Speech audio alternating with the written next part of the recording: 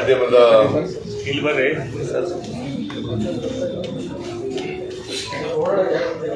ಎಲ್ಲ ಗೆಳೆಯರೇ, ನಾನು ಇವತ್ತು ಮತ್ತು ನಾಳೆ 2 ದಿನ ಬೆಳಗಾಂ ಜಿಲ್ಲೆ ಪ್ರವಾಸದಲ್ಲಿದೆ. ಇವತ್ತು ಲಕ್ಷ್ಮೀ ಹೆಬ್ಬಾಳ್ಕರ್ ಆಮೇಲೆ ಬೈಲೊಂಗರಿಗೆ ಹೋಗ್ತೀನಿ ಸಾಯಂಕಾಲ. ನಾಳೆ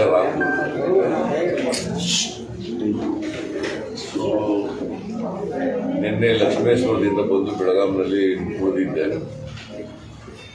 ನಿಮ್ಮನ್ನೆಲ್ಲ ಭೇಟಿ ಮಾಡೋಣ ಅಂತೇಳಿ ಇವತ್ತು ಭೇಟಿ ಮಾಡ್ತಾ ಇದ್ದೀನಿ. ನಮ್ಮ ಜಿಲ್ಲಾ ಅಧ್ಯಕ್ಷರು 3 ಜನ ಇದ್ದಾರೆ.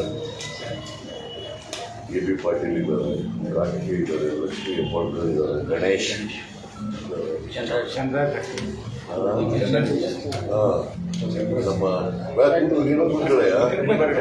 ಇದ್ದಾನೆ, ನಮ್ಮ PCC ಸೆಕ್ರೆಟರಿ ಮಹಾವೀರ್ ಮೊಯ್ತೆ ಎಲ್ಲ ಇದ್ದಾರೆ.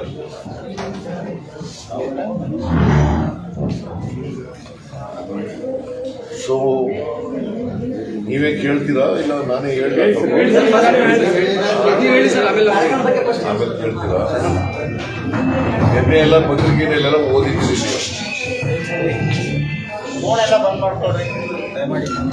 ವರ್ಲ್ಡ್ ಹೆಲ್ತ್ ಆರ್ಗನೈಜೇಷನ್ ನಿನ್ನೆ ಒಂದು ಸುದ್ದಿ ಮಾಡಿದ್ದಾರೆ. ಏನ್ ಸುದ್ದಿ ಮಾಡಿದ್ದಾರೆ ಅಂತಂದ್ರೆ 2020 ಜನವರಿಯಿಂದ 2021 ಡಿಸೆಂಬರ್ವರೆಗೆ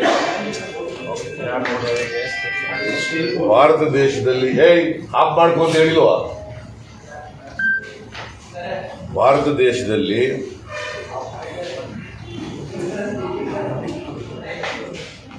ಸುಮಾರು 47 ಲಕ್ಷ ಜನರು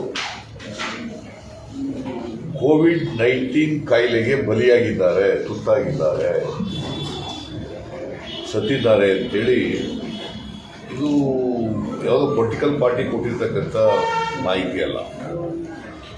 WHO ವರ್ಲ್ಡ್ ಹೆಲ್ತ್ ಆರ್ಗನೈಜೇಷನ್ ಅವ್ರು ಕೊಟ್ಟಿರ್ತಕ್ಕಂಥ ಮಾಹಿತಿ. ಇವ್ರೇನು ಹೇಳ್ತಾರೆ, ಇಲ್ಲ ಸತ್ತಿರೋರು ಬರೀ 5,20,000 ಅಷ್ಟೇ ಸತ್ತಿರೋರು. ಅವರು WHO ಅವರು ಅವ್ರಿಗೆ ಮಾಹಿತಿ ಇಲ್ಲ ಅಂತ ಹೇಳಿ ಡಿನೇ ಮಾಡಿದ್ದಾರೆ. ಯಾರೋ ಒಬ್ಬ ಆಫೀಸರ್ ಕೈಯಲ್ಲಿ ಡಿನೇ ಮಾಡಿದ್ದಾರೆ. WHO ಹೇಳೋದು ಸುಳ್ಳು ಹೆಂಗಾಗ್ತದೆ? ನಾನು ಅಸೆಂಬ್ಲಿನಲ್ಲೇ ಹೇಳಿದ್ದೆ, ಸುಮಾರು 5 ಲಕ್ಷ ಜನ ಕರ್ನಾಟಕದಲ್ಲಿ ಸತ್ತಿದ್ದಾರೆ.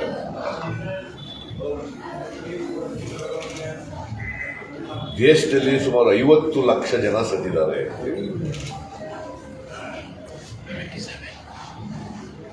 ರಾಜ್ಯ ಸರ್ಕಾರ ಮತ್ತು ಕೇಂದ್ರ ಸರ್ಕಾರ ಸತ್ತಿರೋರ ಸಂಖ್ಯೆನ ಸುಳ್ಳು ಹೇಳ್ತಾ ಇದ್ದಾರೆ. ರಾಜ್ಯ ಸರ್ಕಾರದ ಮುಖ್ಯಮಂತ್ರಿಗಳು ಸುಳ್ಳು ಹೇಳ್ತಾ ಇದ್ದಾರೆ, ಹೆಲ್ತ್ ಮಿನಿಸ್ಟರ್ ಸುಳ್ಳು ಹೇಳ್ತಾ ಇದ್ದಾರೆ, ಕೇಂದ್ರ ಸರ್ಕಾರದ ಪ್ರಧಾನಮಂತ್ರಿಗಳು ಸುಳ್ಳು ಹೇಳ್ತಾ ಇದ್ದಾರೆ, ಅಲ್ಲಿನ ಹೆಲ್ತ್ ಡಿಪಾರ್ಟ್ಮೆಂಟ್ ಸುಳ್ಳು ಹೇಳ್ತಾ ಇದೆ ಅಂತೇಳಿ ಹೇಳಿದ್ದೆ. ಅವರು ಅದಕ್ಕೆ ಇಲ್ಲ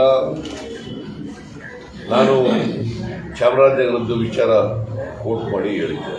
ಯಾಕೆಂದರೆ 3 ಜನ ಸತ್ತಿರೋದು ಅಂತ ಹೆಲ್ತ್ ಮಿನಿಸ್ಟ್ರು ಹೇಳ್ಬಿಟ್ಟಿದ್ರು. ಅದು ಆ್ಯಕ್ಚುಲಿ 39 ಜನ ಸತ್ತಿದ್ರು. ನಿಜವಾಗಿ ನಾನು DK ಶಿವಕುಮಾರ್ ಇಬ್ಬರು ಹೋಗಿ ಚಾಮರಾಜನಗರದ ಅಧಿಕಾರಿಗಳ ಜೊತೆ ಭೇಟಿ ಮಾಡಿದಾಗ ಸತ್ಯ ಹೇಳಿದ್ರು.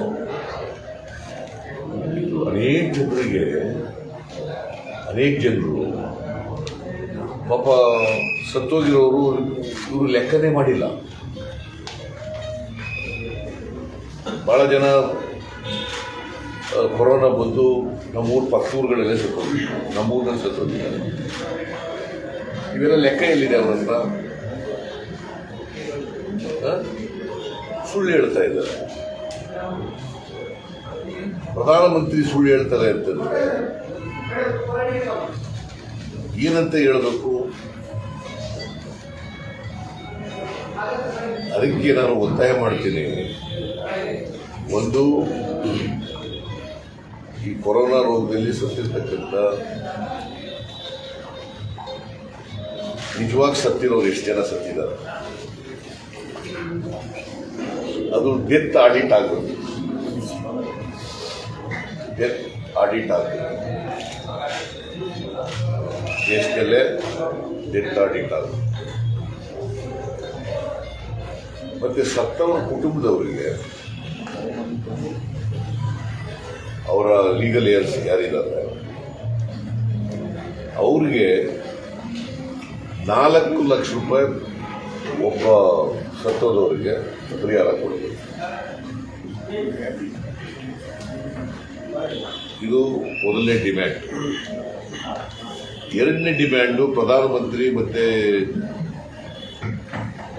ಹೆಲ್ತ್ ಡಿಪಾರ್ಟ್ಮೆಂಟ್ ಅವರು, ಹೆಲ್ತ್ ಮಿನಿಸ್ಟ್ರು, ಚೀಫ್ ಮಿನಿಸ್ಟರ್ಗಳು ಜನಗಳಿಗೆ ಸುಳ್ಳು ಹೇಳಿ ತಪ್ಪು ಮಾಹಿತಿ ಕೊಡ್ತಾ ಇರೋದ್ರಿಂದ ಈ ದೇಶದ ಜನರ ಕ್ಷಮೆ ಕೇಳಬೇಕು.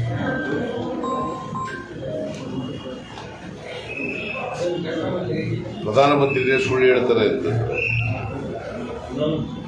ಇನ್ನು ಯಾರು ಸತ್ಯ ಹೇಳ್ತಾರೆ ಅಂತೇಳಿ ನಂಬ್ಕೊಳ್ಳೋದು. ಸರ್ಕಾರ ಇರೋದು ಸತ್ಯ ಹೇಳೋಕ್ಕೋಸ್ಕರ. ಅಂಕಿಅಂಶಗಳು ಸತ್ಯದಿಂದ ಕೂಡಿರಬೇಕು. ಅದು WHO ವರ್ಲ್ಡ್ ಹೆಲ್ತ್ ಆರ್ಗನೈಸೇಷನ್ ಹೇಳೋದನ್ನ ಇವರು ಡಿನೇ ಮಾಡ್ತಾರೆ ಅಂತಂದ್ರೆ they are suppressing the truth. ಸತ್ತವ್ರ ಸಂಖ್ಯೆನ ಹೆಚ್ಚಾಗ್ತಕ್ಕಂಥ ಪ್ರಯತ್ನ ಸರ್ಕಾರ ಮಾಡ್ತಾ ಇದೆ.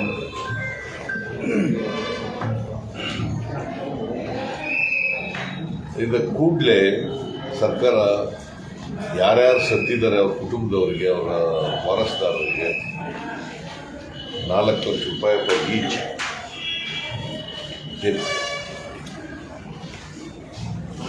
ಪರಿಹಾರ ಕೊಡಬೇಕು ಅಂತೇಳಿ ಒತ್ತಾಯ ಮಾಡ್ತಾರೆ. ಇದು ನಂಬರ್ 1. ನಂಬರ್ 2, ನೆನೆಲ್ಲ ನೀವು ಎಲ್ಲ ಒಬ್ಬ ಪತ್ರಿಕೆಯವರು, TV ಮಾಧ್ಯಮದವರು ಎಲ್ಲರೂ ಕೂಡ ಹೇಳಿದ್ದೀರಿ. ಈ ಯತ್ನಾಳಿದಾರಲ್ಲ,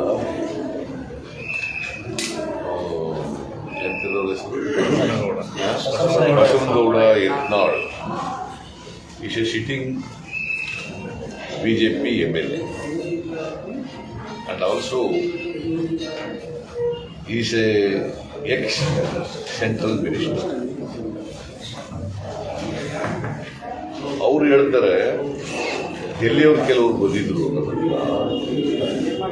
ಮುಖ್ಯಮಂತ್ರಿ ಆಗಬೇಕಾದ್ರೆ 2,500 ಕೋಟಿ ರೆಡಿ ಮಾಡಬೇಕು. ಮತ್ತೆ ನಿನ್ನೆ ಒಂದು ಬಾಂಬ್ ಸಿಡಿಸಿದ್ದಾರೆ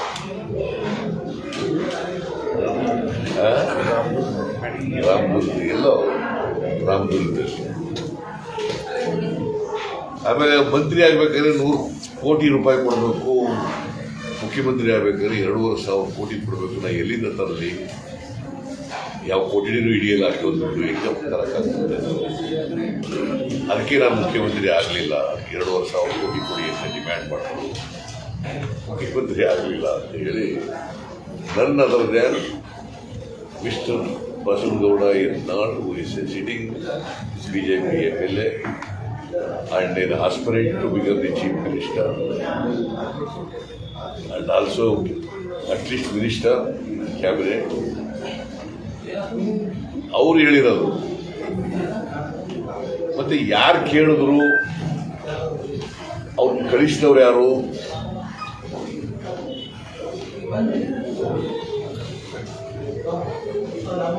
ಹಿಂದೆ ಈಗ ಆಗಿರ್ತಕ್ಕಂಥ ಮುಖ್ಯಮಂತ್ರಿ ಎಷ್ಟು ದುಡ್ಡು ಕೊಟ್ಬಿಟ್ಟು ಆಗಿದ್ದಾರೆ? ಯಡಿಯೂರಪ್ಪ ಎಷ್ಟು ದುಡ್ಡು ಕೊಟ್ಬಿಟ್ಟು ಆಗಿದ್ರು? ಈ ಮಂತ್ರಿಗಳಾಗಿದ್ದಾರಲ್ಲ ಇವರೆಲ್ಲ ದುಡ್ಡು ಎಷ್ಟೆಷ್ಟು ಕೊಟ್ಬಿಟ್ಟು ಆಗಿದ್ದಾರೆ? ಇದು ತನಿಖೆ ಹಾಕಬೇಕಲ್ಲ,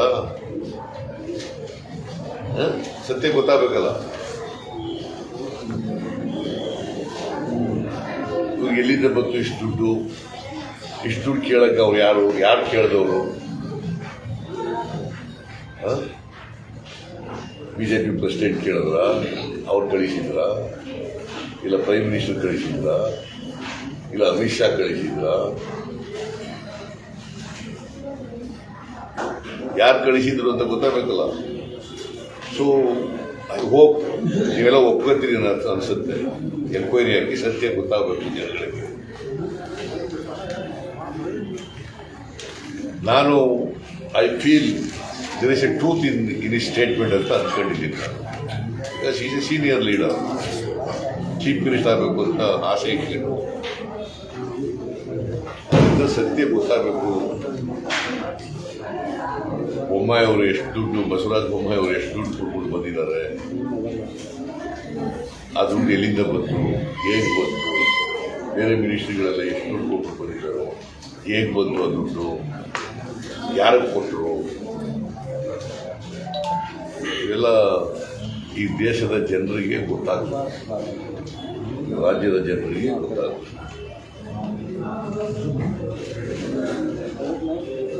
ಸೊ ಇದು ಇವತ್ತು ಅವರೇ ಹೇಳ್ಕೊಂಡಿರ್ತಕ್ಕಂಥ ಬೆಳವಣಿಗೆಗಳು.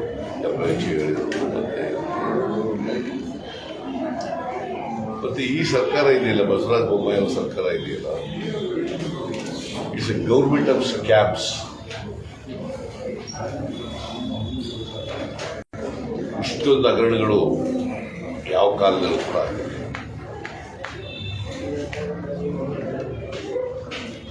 ಇಷ್ಟೊಂದು ಭ್ರಷ್ಟ ಸರ್ಕಾರ ನನ್ನ ರಾಜಕೀಯ ಜೀವನದಲ್ಲಿ ನೋಡಿದೆ.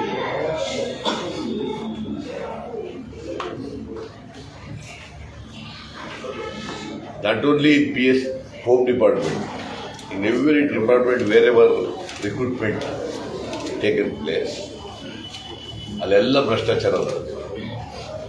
But this is A government of 40% commission. This is A government of 40% commission. Narendra Modi ಅವರು ಹೇಳ್ತಾರೆ, ನಾ ತಿನ್ನಲ್ಲ, ನಾ ತಿನ್ನೋರು ಬಿಡಲ್ಲ, ನಾ ಕಾವುಂಗ, ನಾ ಕಾನೆ ದೂಂಗ, ಕಾವುಂಗ ಕಾನೆ ದೂಂಗ ಅಂತ ಹೇಳಿ ಕಂಟ್ರಾಕ್ಟರ್ಸ್ ಅಸೋಸಿಯೇಷನ್ ಅವರು, ಕರ್ನಾಟಕ ಕಂಟ್ರಾಕ್ಟರ್ಸ್ ಅಸೋಸಿಯೇಷನ್ ಅದರ ಅಧ್ಯಕ್ಷ ಒಂದು mister Kempanna was written a letter to Prime Minister of the country, stating that the BJP government in Karnataka is a 40% commission government. Please inquire into this and advise the state government properly. ಅಂತ ಪತ್ರ ಬರೋದು ಯಾವಾಗ ಬರೆದದು? 7/6/2021. 7/6/2021. ಈಗ ಎಷ್ಟು ತಿಂಗಳಾಯ್ತು ಬಂತು? ಸುಮಾರು 10 ತಿಂಗಳಾಯ್ತು ಬಂತು. 10 ತಿಂಗಳಿಂದ ನರೇಂದ್ರ ಮೋದಿಯವರು, ನಾನು ಐ ಆಮ್ ವೆರಿ ಕ್ಲೀನ್, ನಾನು ಯಾರಿಗೂ ತಿನ್ನಲ್ಲ, ನಾನು ತಿನ್ನಕ್ಕಿಲ್ಲ, ಓಕೆ ಫೈನ್. ಬಟ್ ಇವ್ರದ್ದು ಇದ್ಯಾಕಪ್ಪ ಸಹಿಸ್ಕೊಂಡಿದ್ದೀರಿ? ಎಂಕ್ವೈರಿ ನಾನು ಮಾಡಬೇಕಾಗಿತ್ತಲ್ಲ, ನೀವು ಎಂಕ್ವೈರಿ ಮಾಡಿಸ್ಬೇಕಾಗಿತ್ತಲ್ಲ. ಇವತ್ತಿನವರಿಗೆ no action has been taken. This the situation in the country. That means to say prime minister ಭ್ರಷ್ಟಾಚಾರಕ್ಕೆ ಕುಮ್ಮಕ್ಕು ಕೊಡ್ತಾ ಇದ್ದಾರೆ ಅಂತ ಆಯ್ತಲ್ಲ. ನಾನು ಅದಕ್ಕೆ ಇವೆಲ್ಲ ಹಗರಣಗಳು ಇದಾವಲ್ಲ, ಒಂದು ಜುಡಿಷಿಯಲ್ ಕಮಿಷನ್ ಮಾಡಿ ತನಿಖೆ ಮಾಡಿರಿ ಅಂತ ಹೇಳಿ ಒತ್ತಾಯ ಮಾಡಿದ್ದೆ. ಇಲ್ಲ ಸಿದ್ದರಾಮಯ್ಯನವರು ಗಾಳಿಲಿ ಗುಂಡು ಹೊಡಿತಾರೆ, ಏನೂ ಇಲ್ಲ. ಹಾಗಾದರೆ PSI ಪ್ರಾವಿಷನಲ್ ಲಿಸ್ಟ್ ಯಾಕೆ ರದ್ದು ಮಾಡಿದ್ರೆ? If there is no misappropriation, if there is no irregularity, if there is no corruption, why you have abolished the provisional list of the PSI? Why you have ordered for the re-examination? So it clearly shows that there is a misappropriation, there is an irregularity, there is corruption. ಒಂದ್ ಕಡೆ ಹೇಳ್ತಾರೆ Jnanendra Araga Jnanendra home minister ಅವ್ರು ಹೇಳ್ತಾರೆ February ತಿಂಗಳಲ್ಲಿ one minister ಯಾರವನು Chavan ಅಲ್ಲ ಹೆಸರು Prabhu Chavan is a urban hospital minister. ಅವನು ಪತ್ರ ಬರೆದವನೇ, ದೇರ್ ಇಸ್ ಎ ಲೆಟರ್, ಪತ್ರ ಬರೆದು ಈ PSI ರಿಕ್ರೂಟ್ಮೆಂಟ್ ಆಮೇಲೆ ಪರೀಕ್ಷೆಯಲ್ಲಿ ಭ್ರಷ್ಟಾಚಾರ ನಡೆದಿದೆ, ಅಕ್ರಮ ನಡೆದಿದೆ, ಈ ಲಿಸ್ಟ್ ಅನ್ನು ರದ್ದು ಮಾಡಿ, ಹೈದರಾಬಾದ್ ಕರ್ನಾಟಕದವ್ರಿಗೆ ಅನ್ಯಾಯ ಆಗಿದೆ ಅಂತ ಪತ್ರ ಬರೆದಿದ್ದಾರೆ. ಅದಕ್ಕೇನು ಉತ್ತರ ಕೊಟ್ಟಿಲ್ಲ. ಚೀಫ್ ಮಿನಿಸ್ಟರ್ಗೆ ಬರೆದಿದ್ದಾರೆ, ಹೋಮ್ ಮಿನಿಸ್ಟರ್ ಬರೆದಿದ್ದಾರೆ. ಆಮೇಲೆ ಸಂಕನೂರ್ ಅಂತ ಒಬ್ಬ MLC ಅವನು ಈ ಹ್ಯಾಸ್ ರಿಟನ್ ಎ ಲೆಟರ್. ಕೌನ್ಸಿಲ್ನಲ್ಲಿ ಹೇಳಿದ್ದಾನೆ ಈ ಅರ್ಗ ಜ್ಞಾನೇಂದ್ರ ಪ್ರಶ್ನೆ ಕೇಳಿದಾಗ one mister Ravi, one mister ಅರಳಿ, one Mr. UB Venkatesh. These three have asked the same question in the council. Written answer given by the government is Arga Gnanendra. ಯಾವ ಅಕ್ರಮಗಳು ನಡೆದಿಲ್ಲ, ಎಲ್ಲವೂ ಕೂಡ ಕಾನೂನು ರೀತಿಯ ನಡೆದಿದ್ದಾವೆ ಅಂತ ಉತ್ತರ ಕೊಟ್ಟಿರೋದು. ರಿಟರ್ನ್ ರಿಪ್ಲೈ ಇಸ್ ದೇ ಅಂದಮೇಲೆ ಈಗ ಅಕ್ರಮ ನಡೆದಿರೋದು ಸತ್ಯ ಆಗ್ಬಿಟ್ಟದಲ್ಲ. ಸೊ ಇದು most irresponsible statement or reply given by the minister. Can you say that morally, yes, got right to continue as a minister?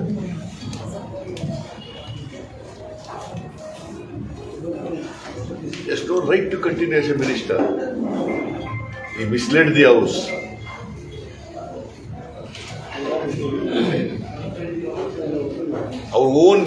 ಅವರ ಪಾರ್ಟಿ MLAಗಳು ಕೇಳಿರೋದು, ಅವ್ರ ಪಾರ್ಟಿ ಮಿನಿಸ್ಟರ್ ಬರೆದಿರೋದು. ಸಂಕನೂರ್ ನಮ್ಮ ಪಾರ್ಟಿ ಅವರಲ್ಲ, BJP ಅವರು. Is A minister, cabinet minister. ಸರ್ಕಾರ ಅಂತಾರೆ collective responsibility.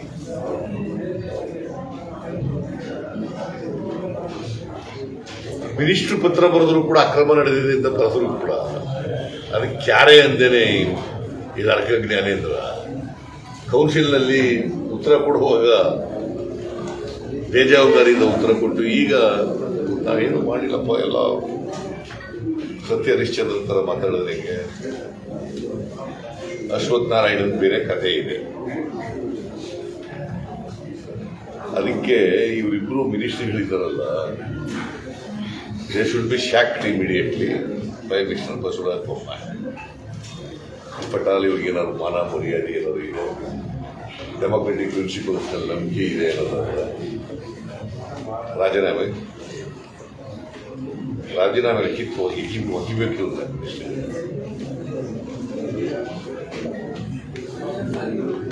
So ಇದರಿಂದ ನೀವು ಸ್ವಲ್ಪ ಜನಗಳ ತಿಳಿಸಿದ್ರೆ ಬಹಳ ಒಳ್ಳೆಯದು ಅಂತ ಅನ್ಕೊಂಡಿದ್ದೀವಿ. ಒಬ್ಬರು ಕೇಳಿ. ಯತ್ನಾಳ್ ಅವರು ಇನ್ನೊಂದು ಹೇಳಿದ್ದಾರೆ ಸರ್, ಸಿದ್ದರಾಮಯ್ಯನವರು, ಯಡಿಯೂರಪ್ಪನವರು, HD ಕುಮಾರಸ್ವಾಮಿ ಅವರು ಎಲ್ಲರೂ ರಾತ್ರಿ ಮಾತಾಡ್ತಾರೆ, ಇವರೆಲ್ಲ ನಾಟಕ ಬಂದ್ ಮಾಡಬೇಕು ಅಂತ ಹೇಳಿದ್ದಾರೆ. ಅಡ್ಜಸ್ಟ್ಮೆಂಟ್ ಮಾಡ್ಕೊಂಡು ಹೇಳಪ್ಪ. ಈಗ ನಾನು ವಿರೋಧ ಪಕ್ಷದಲ್ಲಿ ಇರೋದು, ಲೀಡರ್ ಆಫ್ ದಿ ಅಪೋಸಿಷನ್. ನನಗೇನು ಇನ್ಫಾರ್ಮೇಷನ್ ಈಸ್ ಮೈ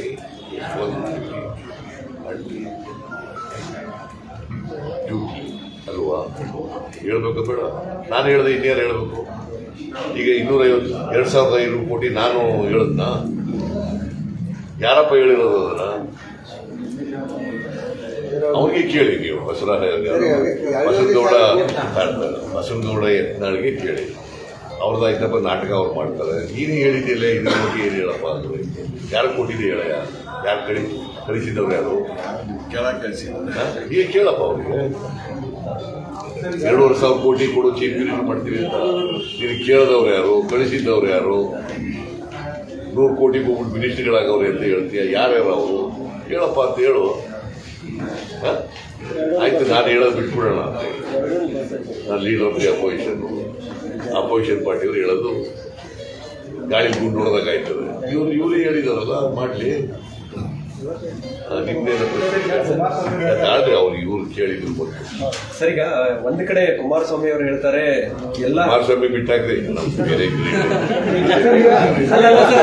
ನಾನು I do not want to react to mister Kumaraswamy statement. Please ಇನ್ನೇನಾರ ಇದ್ರೆ ಕೇಳಿ. ನೀವು ರಾಜ್ಯದಲ್ಲಿ ಇನ್ನೊಂದ್ ಕಡೆ ಪೊಲೀಸರನ್ನ ಬಂಧಿಸುವಂತ ಪರಿಸ್ಥಿತಿ ನಿರ್ಮಾಣ ಆಗಿದೆ.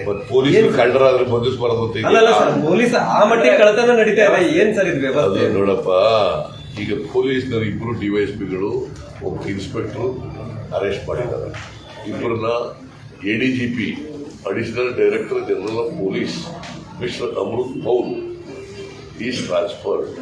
one Shyam Kumar, who is a DYSP, he is transferred. Another 2 DYSPs are arrested. One inspector is arrested. What does it mean? ಬೇಲಿನೇ ಇದು ಒಲಮೆ ಯಾಕೆ ಶುರು ಮಾಡ್ಕೊತಾರೆ? ಬೇಲಿನೇ ಎದ್ದು ಒಲಮೆ ಯಾಕೆ ಶುರು ಮಾಡ್ಬಿಟ್ಟಿದ್ದಾರೆ? ಇವರೇ ಕಳ್ಳರುಗಳು. ಕಳ್ತಾನೆ ತಪ್ಪಿಸ್ತಾರೆ. ಇವ್ರು ಮೊದಲು ಕೇಳಿದ್ರು, ಆಮೇಲೆ ನಿಮ್ದು. ಸರ್, ಯತ್ನಾಳ್ ಅವರು ಹೇಳಿದ್ದು ಜನರಲ್ ಆಗಿ ಅವರು ಬಿಜೆಪಿ ಅಂತ ಹೇಳಿಲ್ಲ. ಜನರಲ್ ಆಗಿ ಸಿಎಂ ಆಗಬೇಕಾದ್ರೆ ಇವತ್ತು ರಾಜ್ಯದಲ್ಲಿ 2,500 ಕೋಟಿ ರೂಪಾಯಿ ಖರ್ಚಾಗುತ್ತೆ. ಕಾಂಗ್ರೆಸ್ನಲ್ಲಿ ಆ ಪರಿಸ್ಥಿತಿ ಇದೆ. ಸೋನಿಯಾ ಗಾಂಧಿನೂ ಭೇಟಿ ನೋಡಪ್ಪ, ನಾನು ಚೀಫ್ ಮಿನಿಸ್ಟರ್ ಆಗಿದ್ದ, ನಾನು 5 ಪೈಸೆ ಖರ್ಚಿದ್ದೇನೆ. ಕಾಫಿ ಕುಡಿಸುವುದಿಲ್ಲ ಯಾರಿಗೂ. ಲೆಜಿಸ್ಲೇಟಿವ್ ಪಾರ್ಟಿಯವರು ನನಗೆ ಆಯ್ಕೆ ಮಾಡಿದ್ರು, ಹೈಕಮಾಂಡ್ನವರು ಒಪ್ಪಿಗೆ ಕೊಟ್ಟರು. ನಾವು ಯಾವತ್ತೂ 5 ಪೈಸೆ ಖರ್ಚಿದ್ದೇನೆ. 5 ವರ್ಷ ಚೀಫ್ ಮಿನಿಸ್ಟರ್ ಕೆಲಸ ಮಾಡಿದ್ದೀನಿ. ಇದು ಪಾಪ ಅವರು ಆಸ್ಪರೆಂಟು ಯಾರು ಬಿಜೆಪಿಯವ್ರು ಹೇಳಿಲ್ಲ ಅಂತ ನಿಂದೇ ಇಂಟರ್ಪ್ರಿಟೇಷನ್ ಅಲ್ಲ. ಹೆಂಗೆ ಇನ್ಯಾರಿಗೆ ಹೇಳಕ್ ಹೋಗುತ್ತೆ? ಯಾರು ಕೇಳ್ತಾರೆ? ಕಾಂಗ್ರೆಸ್ನವ್ರು ಕೇಳಕ್ಕಾಗುತ್ತಾ? ಸೋನಿಯಾ ಗಾಂಧಿ ಹೆಸರು ತಗೊಂಡಿದ್ದಾರೆ. ಅಲ್ಲ, ಆಯ್ತಪ್ಪ, ಕಾಂಗ್ರೆಸ್ನವ್ರು ಕೇಳಕ್ಕಾಗುತ್ತೆ 2 ವರ್ಷ ಚೀಫ್ ಮಿನಿಸ್ಟರ್ ಮಾಡ್ತೀವಿ ಅಂತ? ಇದು ಅಂಡರ್ಸ್ಟುಡ್ ಅಲ್ವೇನ್ರಿ? ಬಿಜೆಪಿಯವರೇ ಕಳಿಸಿದ್ರು ಅಂತ ಹೇಳಿರೋದು ಅವರು. ಇವರು ಒಬ್ರು ನೇಮಕಾತಿ ಹಗರಣದಲ್ಲಿ ವಿಪಕ್ಷದವರು ಯಾರಾದ್ರೂ ಮಾಹಿತಿ ಕೊಟ್ಟರೆ ಅವರಿಗೆ ವಿಚಾರಣೆಗೆ ಹಾಜರಾಗಿ ಅಂತ ನೋಟಿಸ್ ಕೊಡ್ತಾರೆ. ಆದ್ರೆ ಈ ರೀತಿ ನಿಷ್ಪಕ್ಷಪಾತ ತನಿಖೆ ಆಗಿದೆ. ನೀನು ಒಂದು ಮಾಹಿತಿ ಪತ್ರಿಕೆ ಬರೀತೀಯ, ಟಿವಿನಲ್ಲಿ ತೋರಿಸ್ತೀಯ, ನಿನಗೆ ನೋಟಿಸ್ ಕೊಡ್ಬೇಕಾ? ಅದೇ ಸರ್, ಹಾಗೆ ಇಟ್ ಈಸ್ ಇಲ್ಲೀಗಲ್ ಅಂತ ಹೇಳೋದು ನಾನು. It is illegal. ನಾನು ನಮ್ಮ ಸೋರ್ಸ್ನಲ್ಲಿ ನನಗೆ ಯಾವಾಗ ಬಂದು ಹೇಳಿರ್ತಾರೆ ಜನ, ಅದನ್ನು ಹೇಳಿರ್ತೀನಿ. ಅದಕ್ಕೆ ಬರ್ರಿ, ನೀನು ಪೊಲೀಸ್ ಸ್ಟೇಷನ್ ಬರ್ರಿ ಅಂತಂದ್ರೆ does not permit like that. ನಾನು ಅಡ್ವೊಕೇಟ್ ಆಗಿದ್ದವರು. ಕ್ರಿಮಿನಲ್ ಆ ಥರ ಹೇಳಲ್ಲ. ಕ್ರಿಮಿನಲ್ ಪ್ರೊಸೀಜರ್ ಕೂಡ ಹಂಗೆ ಹೇಳಲ್ಲ. ಹೇಳ್ದವ್ರಿಗೆಲ್ಲ ಬರ್ರಿ ಪೊಲೀಸ್ ಸ್ಟೇಷನ್ಗೆ ಅಂತ ನೋಟಿಸ್ ಕೊಡೋಕ್ಕಾಗುತ್ತಾ? ಪತ್ರಿಕೆಯಲ್ಲಿ ಬರೋದಕ್ಕೆ, ಮಾಧ್ಯಮದಲ್ಲಿ ಬರೋದಕ್ಕೆಲ್ಲ ನಾನೇನು ಹೇಳೋದು, ಜುಡಿಷಿಯಲ್ ಈಗ ಇನ್ವೆಸ್ಟಿಗೇಷನ್ ಪೊಲೀಸ್ನವರೇ ಮಾಡಲಿ, but under the supervision of the sitting high court judge ಮಾಡಲಿ. ಬಿಕಾಸ್ ಇವರಿಂದ ನ್ಯಾಯ ಸಿಗಕ್ಕೆ ಸಾಧ್ಯ ಇಲ್ಲ. ಯಾಕಂದ್ರೆ ಸೀನಿಯರ್ ಪೊಲೀಸ್ ಆಫೀಸರ್ಗಳಿದ್ದಾರೆ, ಪೊಲೀಸ್ ಆಫೀಸರ್ಗಳು ಅರೆಸ್ಟ್ ಆಗಿದ್ದಾರೆ, ಟ್ರಾನ್ಸ್ಫರ್ ಆಗಿ ಅವರೆಲ್ಲ ಇನ್ವಾಲ್ವ್ ಆಗಿದ್ದಾರೆ, ರಾಜಕಾರಣಿಗಳು ಇನ್ವಾಲ್ವ್ ಆಗಿದ್ದಾರೆ. ಆ ಕಾರಣದಿಂದ ರಾಜಕಾರಣಿಗಳ ಸಂಬಂಧಿಕರು ಇನ್ವಾಲ್ವ್ ಆಗಿದ್ದಾರೆ. ಆ ಕಾರಣದಿಂದ CID ಮೇಲೆ ಇನ್ಫ್ಲೂಯೆನ್ಸ್ ಮಾಡ್ಬಿಡ್ತಾರೆ. ಈಗ ಒಬ್ಬ ಅಶ್ವಥ್ ನಾರಾಯಣನ್ ಸಂಬಂಧಿಕ ಒಬ್ಬ ಸೆಲೆಕ್ಟ್ ಆಗಿದ್ದಾರೆ, 5th ರ್ಯಾಂಕ್ ಬಂದವರು. ಅವನ್ನ ಪೊಲೀಸ್ನವರು ನೋಟಿಸ್ ಕೊಟ್ಟು ಕರೆದಿದ್ರು, ಬಿಟ್ಬಿಟ್ರಲ್ಲ. ಯಾಕೆ? ಅಶ್ವಥ್ ನಾರಾಯಣ ಇನ್ಫ್ಲೂಯೆನ್ಸ್ ಮಾಡಿರ್ಬೇಕಲ್ಲ, ಬಿಡ್ಬೇಕಾದ್ರೆ. ಅವನೊಬ್ಬರು ಬಿಟ್ಬಿಟ್ಟು ಬಾಕಿಯವರೆಲ್ಲ ಜೈಲಿಗೆ ಕಳಿಸಿದ್ರೆ ಯಾಕೆ?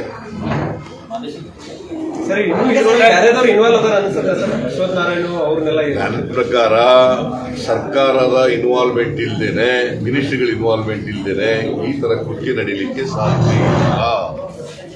ಪೊಲೀಸ್ನವರು, ADGP ಪೊಲೀಸ್ ರಾಜಕಾರಣಿಗಳ ಜೊತೆ ಸಂಪರ್ಕ ಬಾಂಧವ್ಯ ಇಟ್ಕೊಂಡೇ ಮಾಡಿರೋದಿಲ್ಲ. ಸರ್, ಈಗ ಅಕ್ರಮದ ಬಗ್ಗೆ ಸರ್ ಒಂದ್ ನಿಮಿಷ ಅಕ್ರಮದ ಬಗ್ಗೆ ಹೇಳ್ತಾ ಇದ್ದೀರಾ. ನಿಮ್ಮ ಪಕ್ಷದಲ್ಲಿ DK ಸುರೇಶ್ ಅವರು KPCC ನೇಮಕಾತಿಯಲ್ಲಿ 25 ಲಕ್ಷ ರೂಪಾಯಿ ಇಸ್ಕೊಂಡಿದ್ರು, ನನ್ಗೆ ಅನ್ಯಾಯ ಆಗಿದೆ ಅಂತ ಒಂದು ಕುಟುಂಬ ಬಂದು ಹೇಳ್ತಾ ಇದೆ. ಅದ್ರ ಬಗ್ಗೆ ನೀವು ಮಾತಾಡ್ತಾ ಇಲ್ಲ. ನೋಡಪ್ಪ, ನನಗೆ ಗೊತ್ತಿಲ್ಲ, ಮಾಹಿತಿ ಇಲ್ಲ ಅದ್ರ ಬಗ್ಗೆ. ನೀವು ಸುರೇಶ್ ಕೇಳಿ ಬಂದಾಗ ಸುರೇಶಿಗೆ ಕೇಳಿ, ಯಾಕಂದ್ರೆ ನಾನು ಗೊತ್ತಿಲ್ಲದೆ ಉತ್ತರ ಕೊಡಬಾರ್ದು. ಸರ್, ಪವರ್ ಟಿವಿ ಇದ್ರ ಬಗ್ಗೆ ಮಾಡ್ತು, ಅದ್ರ ಬಗ್ಗೆ ಮಾತಾಡ್ತಾನೆ ಇಲ್ಲ, ಬೇರೆಯವ್ರ ಬಗ್ಗೆ ಮಾತಾಡ್ತಾ ಇಲ್ಲ. ಜನರಲ್ ಆಗಿ ನಾನು ಹೇಳ್ತೀನಿ, ಯಾರೇ ತಪ್ಪು ಮಾಡಿದ್ರು ಕೂಡ ಇನ್ಕ್ಲೂಡಿಂಗ್ ಮೀ, ತಪ್ಪೇ. ಕಾನೂನು ಪ್ರಕಾರ ಅವ್ರ ಮೇಲೆ ಕ್ರಮ ತಗೊಳ್ಳಿ. ರಾಜೀನಾಮೆಗೆ ಆಗ್ರಹ ಮಾಡ್ತಾ ಇದ್ದಾರೆ ಸರ್ ವಿರೋಧ ಬಿಜೆಪಿ ಅವರು ರಾಜೀನಾಮೆಗೆ ಆಗ್ರಹ ಮಾಡ್ತಾ ಇದ್ದಾರೆ ಸುರೇಶ್ ಅವರು. ಎಂಕ್ವೈರಿ ಮಾಡಲಿ. ಏನು ಬಂದು ನೀವು ಹೇಳಿದ ತಕ್ಷಣ ಅದು ಸತ್ಯನೂ ಅಲ್ಲ ಅಸತ್ಯನೂ ಅಲ್ಲ ಅಲ್ವಾ? ಕುಟುಂಬ ಬಂದು ಹಲ್ಲೆ ಮಾಡಿದ್ದಾರೆ ಅಂತ ಹೇಳಿದ್ದಾರೆ. ಹೇಳ್ರಿ, ಇಲ್ಲಿ ಅವ್ರು ಹೇಳಿದ ತಕ್ಷಣ ಸತ್ಯ ಅಸತ್ಯ, ಸತ್ಯನ ಅಸತ್ಯನ ಅಂತ ಗೊತ್ತಾಗಬೇಕಲ್ಲ. ಎಂಕ್ವೈರಿ ಮಾಡಿ. ಸರ್ಕಾರ ಬೀಳುತ್ತೆ ಅಂತ ಹೇಳ್ತಾರೆ. ಈ ಒಂದು PS ಅಕ್ರಮದಲ್ಲಿ ಕಿಂಗ್ ಪಿನ್ ಅರೆಸ್ಟ್ ಆದ್ರೆ ಸರ್ಕಾರ ಬೀಳುತ್ತೆ ಅನ್ನೋ ಮಾತನ್ನ ಕುಮಾರಸ್ವಾಮಿ ಹೇಳಿದ್ದಾರೆ. ಕುಮಾರಸ್ವಾಮಿ